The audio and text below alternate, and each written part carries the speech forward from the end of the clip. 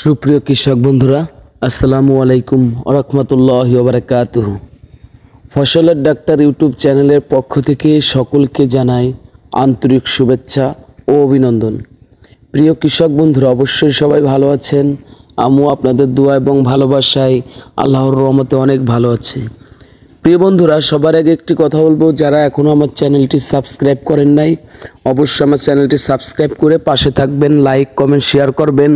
আর বিশেষ করে কৃষিভিত্তিক কোনো তথ্য যদি কারো জানার প্রয়োজন হয় অবশ্যই আমার কমেন্ট বক্সে কমেন্ট করবেন, আমি আপনাদের কমেন্টের ভিত্তি করে রিপ্লে ভিডিও অবশ্যই দেব।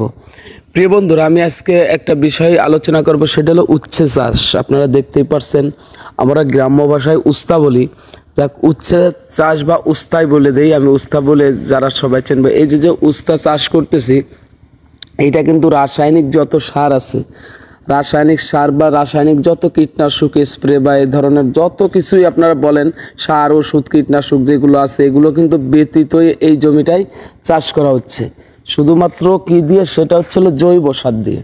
অন্য কিন্তু কোনো কিছু এখানে ব্যবহার করা হয় নাই, শুধুমাত্র জৈব সার ব্যবহার করেছি। এখন আমাদেরকে বুঝতে হবে যে এই উচ্ছে চাষ করতে হলে আমাদের কী পরিমাণ জৈব সারের প্রয়োজন হবে, এটা কিন্তু আমাদেরকে জানতে হবে।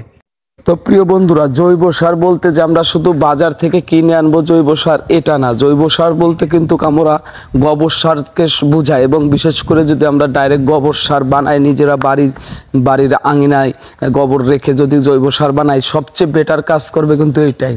তো প্রিয় বন্ধুরা, আমরা এই জৈব সারটা দেব কিভাবে এবং কতটুকু মাত্রায় দেব, সে বিষয়ে কিন্তু আমি আপনাদের সাথে এখন আলোচনা করব।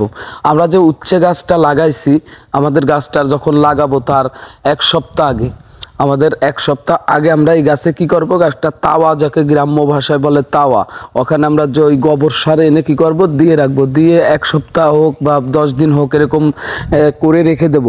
রেখে দেওয়ার পরবর্তীতে আমরা কি করব, বীজ বপন করব।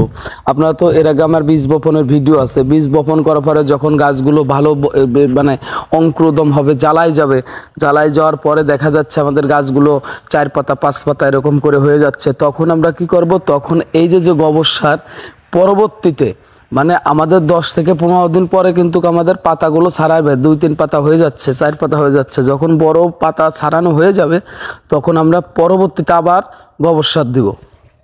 এই গোবর সারটা আবার দিব, কিন্তু গাছের চারিকোণা দিয়ে সুন্দর করে গোবর সার দেবো। গোবর সার দিয়ে রাখলে দেখবেন আপনার গাছগুলো দ্রুত বড় হয়ে যাচ্ছে। এভাবে আমরা যদি শুধুমাত্র জৈব পদ্ধতিতে আমরা সবজি চাষ করি, শুধু এই করলা বা উচ্ছে বা উস্তা যেটা, এইটা ধুন্দুল, এটা না, সমস্ত সবজি খাতের জন্য কিন্তু জৈব সার সবচেয়ে গুরুত্বপূর্ণ একটা ভূমিকা পালন করে। প্রিয় কৃষক বন্ধুরা, যেটা বলার মতো না। আমরা শুধু জৈব সার দিয়েই এগুলো করতে পারি। এই যে গাছগুলো দেখতে পাচ্ছেন, শুধু গোবর সার দিয়েই এটা করা, অন্য কোনো সার দেওয়া না। এটা কিন্তু আমার পার্সোনালি নিজেদেরই জমি, আমাদের ভিতরের, মানে আমারই এক ভাইয়ের, আমাদের এলাকারই। কিন্তু এখানে কোনো কীটনাশক স্প্রে করা লাগে না, কিছুই না। এবং প্রতি সপ্তাহে সপ্তাহে যে পরিমাণ উচ্ছে ছিঁড়ে মানে বাজারে বিক্রি করছে, যা বলার মতো না, ভাবনীয় বিষয় নেই। তো প্রিয় বন্ধুরা, আমরা অবশ্যই সবাই বাড়ির আঙিনা হোক, মাঠে হোক, ঘাটে হোক, যেখানে হোক, আমরা যে কোনো পর্যায়ে যেখানে হোক, আমরা কিন্তু এই যে কোনো সবজি খাত করতে পারি। এটা আমাদের জন্য খুবই একটা লাভজনক হবে। তো প্রিয় বন্ধুরা, ভালো থাকবেন, সুস্থ থাকবেন সবাই, এবং 5 ওয়াক্ত নামাজ আদায় করবেন। আসসালামু আলাইকুম ওয়া রাহমাতুল্লাহি ওয়া বারাকাতুহু।